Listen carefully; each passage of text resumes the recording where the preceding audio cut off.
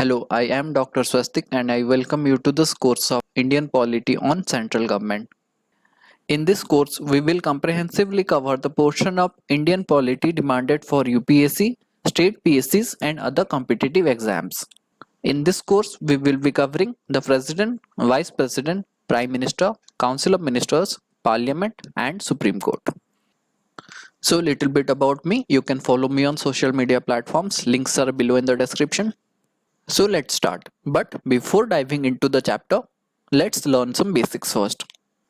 Our constitution consists of a preamble and 465 articles divided into 25 parts and 12 schedules. So the first part deals with union and territory, second part deals with citizenship, third part deals with fundamental rights, fourth part deals with directive principle of state policies, part 4a deals with fundamental duties and part 5 deals with the union government or the central government.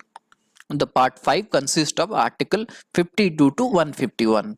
So this part 5 is divided into chapters. The first chapter deals with the executive, second chapter deals with the parliament, third chapter deals with the legislative powers of president, the fourth chapter deals with the union judiciary and the fifth part deals with the CAG. So in other words, article 52 to 78 in the part 5 of the constitution deals with the union executive.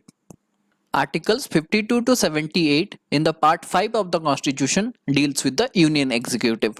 The union executive consists of the president, vice president, prime minister, council of ministers and attorney general of India. So in this lesson we will be starting with the president. So the president is the head of Indian state, head of union executive and the first citizen of India. The president is elected not directly by the people but the members of electoral college consisting of the elected members of both houses of the parliament, the elected members of the legislative assemblies of the state and the elected members of legislative assemblies of the NCT of Delhi and the union territory of Puducherry. The election of president is held in accordance with the system of proportional representation by means of single transferable vote. So value of a MLA vote is total population of the state divided by total number of elected members of the state into 1 by 1000. So for example, if the population of a state is 1 lakh and there are 100 elected members, then the value of a MLA vote of that state will be 1. The value of a MP vote will be total value of votes of all MLAs of all states divided by total numbers of elected members of the parliament. Coming to the qualifications, he must be a citizen of India, he must be over 35 years of age, he must be qualified for election as a member of Lok Sabha and he must not hold any office of profit under Government of India or any state government. The term of office for the president is 5 years from the date on which he enters upon his office. However, the president can hold office beyond his term of 5 years until his successor assumes the charge.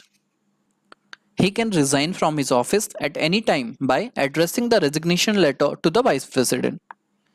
He is also eligible for re-election to that office. He can be removed from his office before completion of his term by the process of impeachment. The president can be removed from his office for violation of constitution as specified in the Article 61 of the Constitution. However, the Constitution does not define the phrase violation of Constitution. So now let's look into the impeachment process. The impeachment charges against the president can be initiated by either house of the parliament. The notice for moving the resolution must be signed by not less than 1/4 of the total members of the house. And advance notice of 14 days is required. After the resolution is passed by a majority of 2/3 of total members of the house, it is sent to the other house. Now the other house will investigate the charges and the president has the rights to appear and represent it in such investigations. If the other house sustains the charges and passes the impeachment resolution by a majority of two-thirds of the total members of the house, the president stands removed from his office.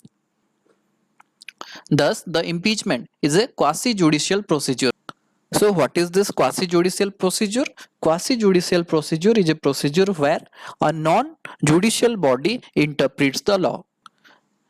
Importantly, the nominated members of the either house of parliament can participate in the impeachment of the president, but they do not participate in the election of the president. The elected members of legislative assemblies of the NCT of Delhi and Union Territory of Puducherry do not take part in the impeachment, though they take part in the election. If the office of the president falls vacant by resignation, removal, death, or otherwise, the election to fill the vacancy should be held within 6 months from the date of occurrence of such vacancy. In case of vacancy due to resignation, removal, death, or otherwise, the vice president acts as the president until a new president is elected. In case the office of vice president is vacant, the Chief Justice of India, or if his office is also vacant, the senior most judge of Supreme Court acts as the president. When any person, vice president, Chief Justice of India, or senior most judge of the Supreme Court is acting as president, he enjoys all the powers and immunities of the president. The current emolument for the president is 5 lakhs, revised in the budget of 2018-19. So that's all for this lesson. Thank you and have a nice day.